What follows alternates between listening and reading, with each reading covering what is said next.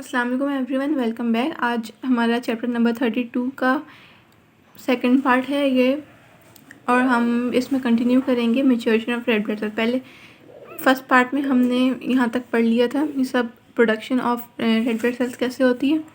अब हम पढ़ेंगे कि maturation of red blood cells कैसे होती है।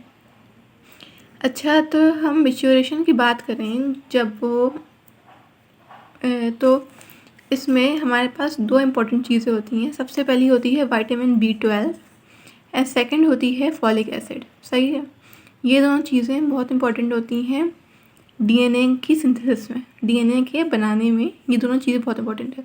और अगर डीएनए नहीं बनेगा तो ऑब्वियसली जो रेड ब्लड सेल्स होते हैं वो इमेच्योर रह जाएंगे और एबनॉर्मल हो जाएंगे। सही है, अब ये कैसे काम करती हैं? ये ऐसे काम करती हैं कि ये दोनों vitamin B12 and folic acid जो होता है डीएनए का कंपोनेंट होता है थायमिडीन ट्राइफॉस्फेट, इसको बनाने में हेल्प करती हैं और डीएनए का बहुत इंपॉर्टेंट कंपोनेंट होता है। और अगर ये थायमिडीन ट्राइफॉस्फेट नहीं बनेगा इन दोनों की डेफिशिएंसी की वजह से या किसी वजह से, तो जो होमोसिस्टीन्स होता है, होमोसिस्टीन से एक्चुअली ये बनता है थायमिड, तो होमोसिस्टीन ज़्यादा हो जाएगा, एक्सेस में होगा और डीएनए एबनॉर्मल बन जाएगा क्योंकि थायमिडीन ट्राइफॉस्फेट इसमें नहीं है। सही है, एक तो हो गई। अच्छा, अब डीएनए एबनॉर्मल हो चुका है सेल्स भी में, तो क्या क्या हमारे पास मसले आ रहे हैं। सबसे पहले तो जो सेल्स होंगे वो बहुत ही बड़े बड़े होंगे। सही है, मैक्रोसाइट्स होंगे और फ्लिम्सी मेम्ब्रेन होगी, बहुत अजीब सी ख़राब सी इनकी मेम्ब्रेन होगी। Irregular, large and Oval shape के होंगे।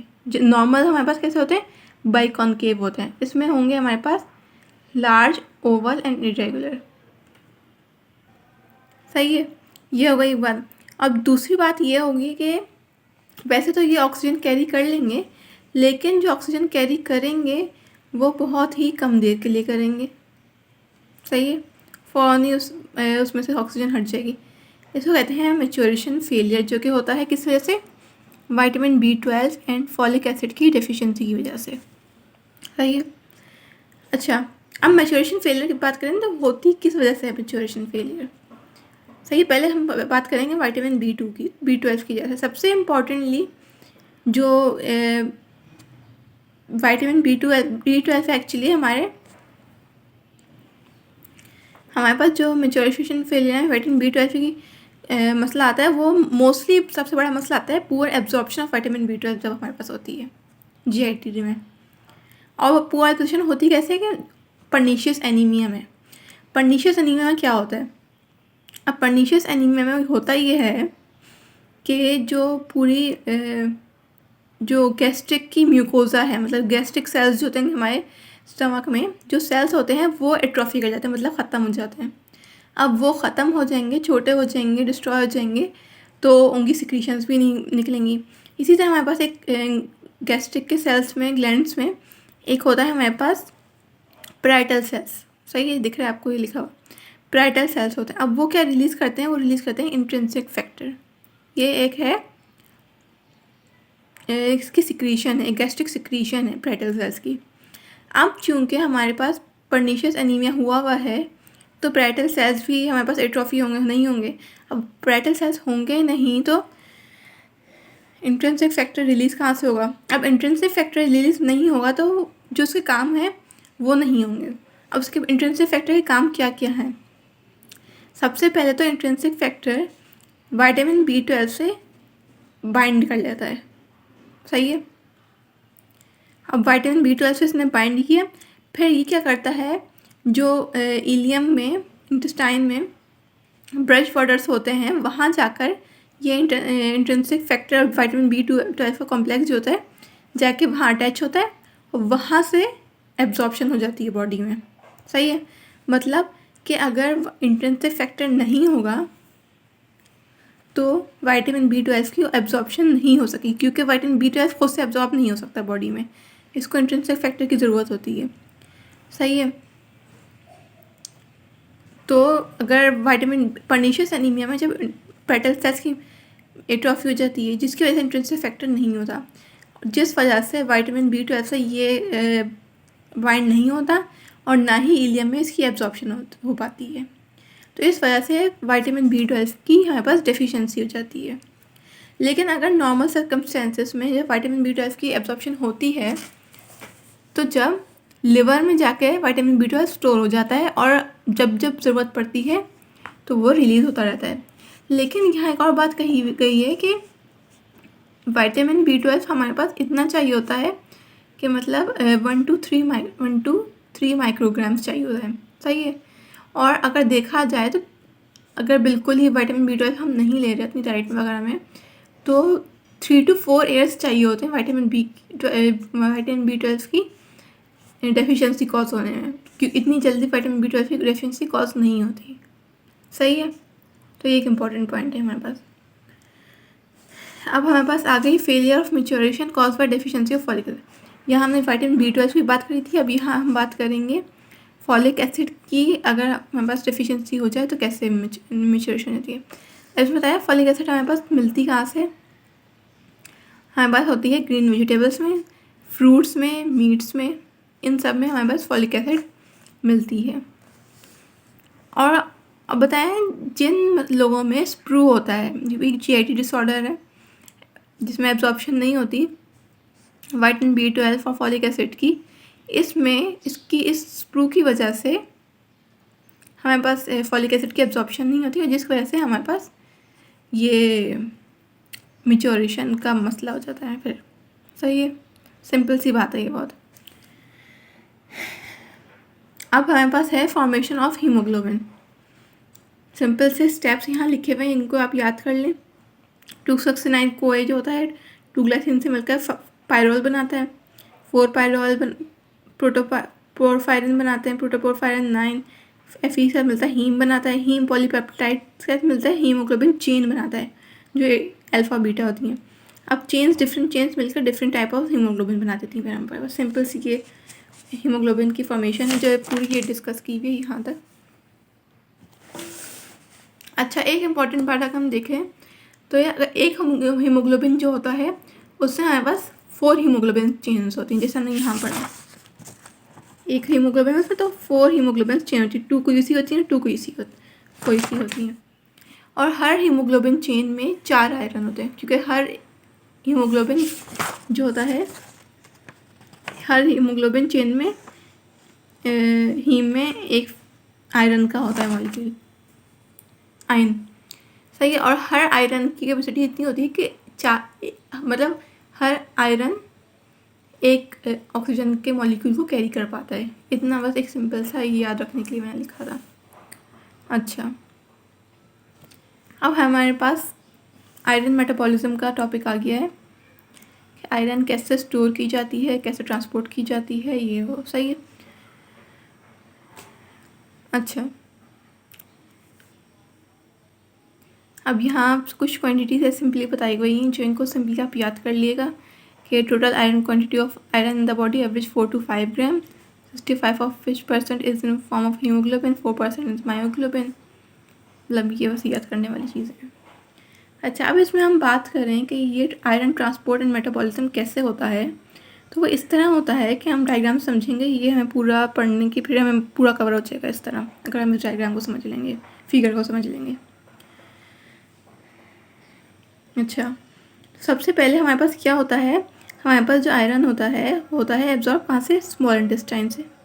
स्मॉल इंटेस्टाइन से एब्जॉर्ब हुआ, किस तरीके से एब्जॉर्ब हुआ, आयरन ट्रांसफरेंस जो होता है उससे अटैच होता है फिर ही एब्जॉर्ब हो पाता है, वरना उसके अलावा एब्जॉर्ब नहीं हो पाता। एब्जॉर्ब हो गया, ट्रांसफरेंस ऑफ आयरन का मॉलिक्यूल वो बन गया कॉम्प्लेक्स प्लाज्मा में। सही है। उस वजह से कुछ एक्सक्रीट भी हो जाता है 3.6 में।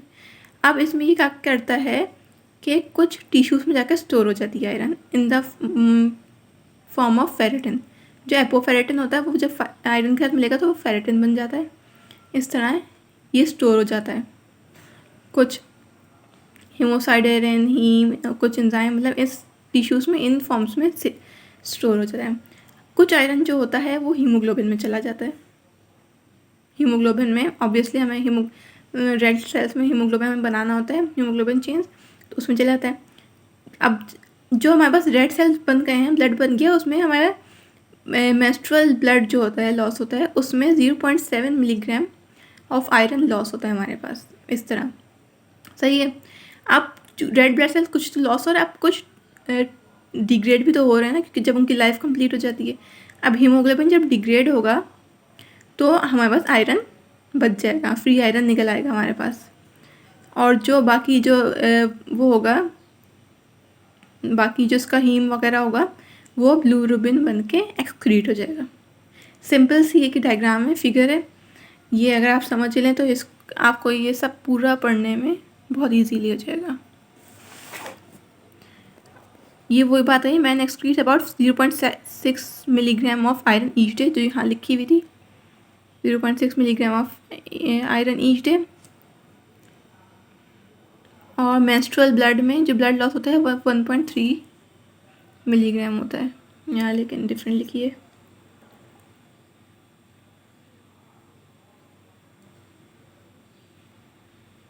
सही है। अच्छा, अब हमारे पास है, ये तो वही बात आ गई कि एब्जॉर्प्शन और ये ट्रांसफरिन के तरीके से ट्रांसफरिन बन जाता है, ये वो। अच्छा, अब हमारे पास है life span of red blood sales is about 120 days. एक हम बहुत ही जनरल सी बात है, हम सबको ही पता होगी कि रेड ब्लड सेल्स जो होते हैं 120 डेज में डिग्रेड हो जाते हैं। सही है। अच्छा, इसमें और बाकी डिटेल बताई गई है। Even though mature red blood cells do not have a nucleus, mitochondria, endoplasmic do है cytoplasmic enzyme that are capable of metabolising. इसका ये फंक्शन बताया हुआ है रेड ब्लड सेल्स का कि क्या क्या कर सकते हैं। ग्लूकोज बना सकते हैं और ATP बना सकते हैं। और जो एंजाइम जी जो होते हैं वो सेल मेम्ब्रेन की प्लायबिलिटी, मतलब सेल मेम्ब्रेन को इंटैक्ट रखते हैं, मेंटेन ट्रांसपोर्ट ऑफ आयंस करते हैं across the cell membrane, keep iron of the cells haemoglobin the ferrous form रहते हैं। आयरन जो होती है हीमोग्लोबिन की, उसको फेरस फॉर्म में रखते हैं, फेरिक फॉर्म में नहीं, क्योंकि वो इंपॉर्टेंट बस यूजफुल नहीं होती। और prevent oxidation of the proteins in blood cells. तो ये जो सब काम होते हैं, ये जो रेड ब्लड सेल्स में एंजाइम्स होते हैं, ये सब काम करते हैं। अच्छा, ये जो बात कही हुई है कि डिस्ट्रक्शन ऑफ हीमोग्लोबिन वगैरह कैसे होता है, ये वही हमें फिगर से बताई गई है कि जब 120 डेज पूरे हो जाते हैं हीमोग्लोबिन में रेड ब्लड सेल्स के, तो उसकी डिस्ट्रक्शन हो जाती है। और डिस्ट्रक्शन मोस्टली होती कहाँ है, कपफर सेल्स होते हैं जो लिवर में, वहाँ होती है, या तो मैक्रोफेजेस जो होते हैं स्प्लीन के, वहाँ होती है। इन दो जगह मोस्टली डिस्ट्रक्शन होती है रेड ब्लड सेल्स की। फिर होता क्या है कि जो आयरन होता है बचा हुआ, वो वापस चला आता है ब्लड में, ताकि वो या तो फिर से बोन्स बनाने, बोन मैरो के पास चला जाए ब्लड सेल्स की प्रोडक्शन के लिए, या फिर वो फिर से लिवर में स्टोरेज के लिए चला जाए। सही है। और फिर जो पोरफायरिन पोर्शन होता है हीमोग्लोबिन का, मतलब तो वो बिलिरुबिन में कन्वर्ट हो जाता है, ताकि वो एक्सक्रीट हो जाए बॉडी से बाहर। जो यहाँ बातें कही गई थी वो सबको इसमें डिफाइन किया हुआ है, आपको पढ़ने में आसानी होगी, समझ लें डायग्राम तो। अच्छा, अब हमारे पास आ गई है एनीमियाज। सही है। अब एनीमियाज क्या होते हैं? एनीमिया होता है, anaemias means deficiency of haemoglobin in the blood, मतलब जो हीमोग्लोबिन की डेफिशिएंसी, रेड ब्लड सेल्स की डेफिशिएंसी है, वो डेफिशिएंसी होगा ब्लड में, उसको हम कहते हैं एनीमियाज। सही है। अब हमारे पास बहुत टाइप्स के यहाँ एनीमियाज बताए गए हैं, जिनको हम एक एक करके डिस्कस करेंगे। सबसे पहला है हमारे पास ब्लड लॉस एनीमिया। अब ब्लड लॉस एनीमिया में क्या होता है कि मतलब किसी भी वजह से बहुत ज़्यादा ब्लड लॉस हो रहा है, मतलब कोई इंजरी हो गई, कोई ट्रॉमा है, कोई इंक्रीज मेंस्ट्रुएशन है, तो मतलब उसमें ब्लड लॉस एनीमिया इसको कहते हैं। Body replaces the fluid portion of plasma in 1 to 3 days, but this leaves a low concentration of red blood sales if a second average does not occur. मतलब इसमें बताया गया है कि जो फ्लूइड पोर्शन होता है ब्लड का, वो तो फ़ौरन से आ जाता है, प्लाज्मा का वो तो आ जाता है, लेकिन जो सेल्स होते हैं वो कुछ दिन में रिकवर होते हैं, जो एनीमिया के बाद। मतलब तकरीबन अगर फिर से हेमरेज ना हो तो 3 to 6 वीक्स लग जाते हैं फिर से ब्लड वॉल्यूम को रिकवर होने में, सेल्स को रिकवर होने में। और अगर क्रोनिक ब्लड लॉस होगा, सही है, बहुत ज़्यादा फ्रीक्वेंटली ब्लड लॉस हो रहा है, तो उसको रिकवर करने का टाइम ही नहीं मिल रहा, तो जो हमारे पास सेल्स बनेंगे वो एबनॉर्मल बनते जाएंगे। मतलब कि बोन मैरो के पास भी एक कैपेसिटी होती है ना कि इतने वो बना सकते हैं। फॉर एग्जाम्पल बोन मैरो जो होता है 1 घंटे, फॉर एग्जांपल मतलब कह रही हूँ मैं, 1 घंटे में 10 बना रहा है, लेकिन इतना ज़्यादा एनीमिया हो गया, इतनी ज़्यादा मैं न्यूट्रिएंट्स की, ऑक्सीजन की डेफिशिएंसी हो गई हमारी बॉडी को कि बोन मैरो को 1 घंटे में 50 बनाने पड़ रहे हैं, तो वो क्या होंगे, ऑब्वियसली वो एबनॉर्मल बनेंगे, क्योंकि अपनी नॉर्मल स्पीड का बोन मैरो नहीं बना पा रहा ब्लड सेल्स, और जल्दी जल्दी से काम करना है, तो वो एबनॉर्मल सेल्स बनेंगे। वो कैसे होंगे, माइक्रोसाइटिक होंगे, हाइपोक्रोमिक होंगे, ऐसे सेल्स बनेंगे। सही है, ब्लड लॉस में अगर बहुत ज़्यादा ब्लड लॉस होगा। सेकेंड हमारे पास आ जाता है एप्लास्टिक एनीमिया, मतलब कि जो बोन मैरो के है वो लैक ऑफ फंक्शनिंग होगा। ये मतलब कि बोन मैरो के सेल्स जो सारे हैं वो सारे एबनॉर्मल हो चुके हैं, बोन मैरो सही से काम नहीं कर पा रही, तो उसमें सारे टाइप्स के जो सेल होते हैं सब सेल्स एबनॉर्मल, मतलब सब सेल्स की डेफिशिएंसी हो जाती है। सही है, वाइट ब्लड सेल्स, प्लेटलेट्स वगैरह सब, रेड ब्लड सब कुछ जो स्टेम सेल्स होते हैं असल में उनको डैमेज होता है। अब उनकी कुछ कॉजेस होती हैं क्यों ऐसा हो रहा है। सबसे पहली है कि या तो रेडिएशन और कीमोथेरेपी हुई हो, जिनके जैसे फॉर एग्जांपल कैंसर पेशेंट्स होते हैं उनमें ऐसा हो सकता है।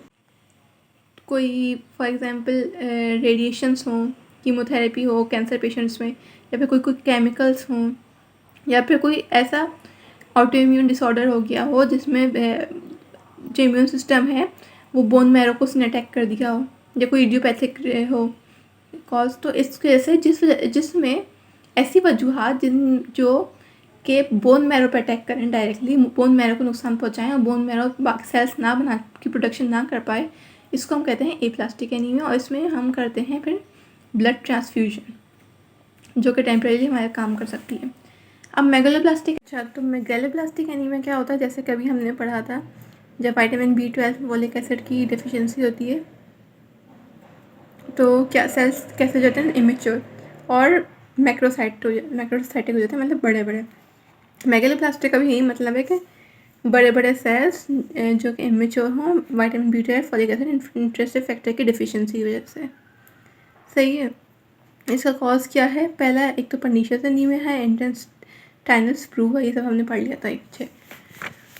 अच्छा, हीमोलाइटिक एनीमिया। अब हीमोलाइटिक एनीमिया में ऐसे वो आते हैं डिजीज़ेज जिनमें या तो सेल ऐसे फ्रेजाइल हो जाएं, या उनकी मेम्ब्रेन में कोई मसला आ जाए, या कोई हेमोग्लोबिन में कोई मसला आ जाए जिसकी वजह से सेल्स, रेड ब्लड सेल्स बहुत ईजीली टूट सकें, उनकी फ्रेजिलिटी बहुत ही फ्रेजाइल सेल्स हो चुके हैं, ईजिली रप्चर हो सकें स्प्लीन में कहीं भी, वो हीमोलाइटिक एनीमिया में आते हैं। उनमें क्या क्या आता है, hereditary spherocytosis, sickle cell anaemia, सही है, ब्लास्टोसिस फीटेलिस, सही है। अब ये वो डिजीज़ेस हैं जिनमें सेल इंतहाई बहुत कमज़ोर हो जाता है और जिस वजह से वो बहुत ही जल्दी टूट जाता है। हम जल्दी से अगर इसको रिव्यू दें तो ये क्या होगा, अच्छा इस डिजीज़ में हेरिडिटरी स्फेरोसाइटोसिस में सेल्स क्या होते हैं कि जो सेल्स की मेम्ब्रेन में है उनके मेम्ब्रेन प्रोटीन्स में कोई डिफेक्ट आ जाता है, जिसकी वजह से सेल स्फेरिकल शेप के जाते हैं, सर्कल और स्फेरिकल शेप के जाते हैं, और वो ईजिली पास नहीं कर पाते ऑब्वियसली साइनसॉइड्स वगैरह में से, लाइन वेजल्स में से, जिसकी वजह से वो ईजिली ब्रेक हो जाते हैं। सही। सेकेंडली, सिकल सेल एनीमिया में क्या होता है कि इसमें हीमोग्लोबिन चेंज हो जाता है, हीमोग्लोबिन एस हो जाता है, जिसमें ऑब्वियसली आपने पढ़ा होगा पहले भी, एबनॉर्मल टाइप का हीमोग्लोबिन होता है, हीमोग्लोबिन एस, जिसकी वजह से जैसे ही ऑक्सीजन की कमी आती है तो वो डीऑक्सीडाइज हो जाता है, जिसकी वजह से और क्रिस्टल्स की शेप का हीमोग्लोबिन बन जाता है, और जिसकी वजह से रेड ब्लड सेल बहुत ही ज़्यादा फ्रेजाइल हो जाता है, बहुत ही ज़्यादा जल्दी ब्रेक हो सकता है, डिग्रेड हो सकता है। इसको हम कहते हैं सिकल सेल डिजीज एनीमिया। अच्छा, इरिथ्रोब्लास्टोसिस फीटेलिस में क्या होता है, जो फीटस के जो पॉजिटिव रेड ब्लड सेल्स होते हैं मदर के RH नेगेटिव एंटीबॉडीज से उन्हें अटैक करती है, जिसकी वजह से सेल्स वीक हो जाते हैं और वो जल्दी डिग्रेड कर जाते हैं। ये सब पढ़ी हुई है, इसमें ऐसा रिव्यू पतला सा छोटा सा रिव्यू दिया हुआ है। अच्छा, अब एनीमिया के फंक्शन हमारी सर्कुलेटरी सिस्टम पे क्या इफेक्ट होगा, क्या हो सकता है इसकी वजह से। अच्छा, जब सीवियर एनीमिया होगा तो ब्लड विस्कोसिटी मतलब जो गाढ़ापन होता है वो ब्लड का कम हो जाएगा, क्योंकि ऑब्वियसली रेड ब्लड सेल्स कम हो रहे हैं, तो जो रेड ब्लड सेल्स ही तो ब्लड को गाढ़ा बनाते हैं, मतलब सेल्स, तो ब्लड का गाढ़ापन कम हो जाएगा। 1.5 पैस होता है, 3.3 होता है नॉर्मल विस्कोसिटी, हो जाएगी 1.5 टाइम्स दैट ऑफ वाटर, मतलब वाटर से सिर्फ 1.5 टाइम्स ज़्यादा गाढ़ा रहेगा। इसके अलावा क्या होगा,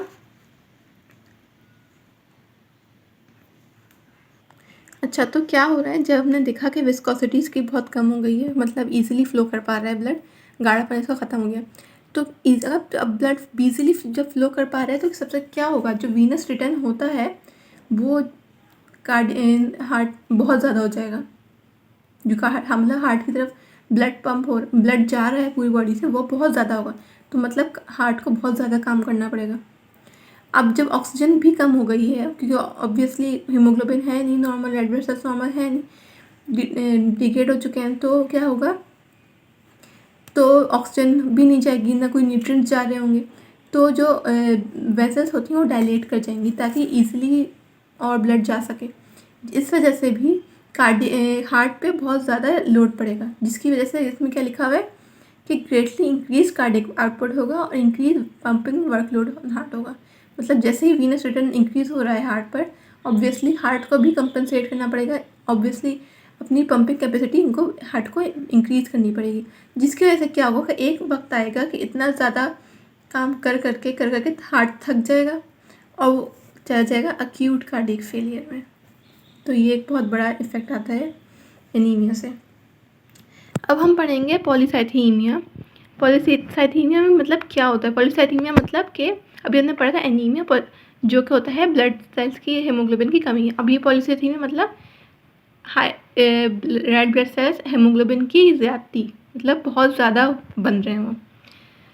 यह सेकेंडरी पॉलीसाइथीमिया मतलब ऐसी कंडीशन जिनके वजह से टेम्पररी, मतलब वैसे है नहीं लेकिन उन कंडीशंस की वजह से रेड ब्लड सेल्स इंक्रीज़ हो गए हमारी बॉडी में।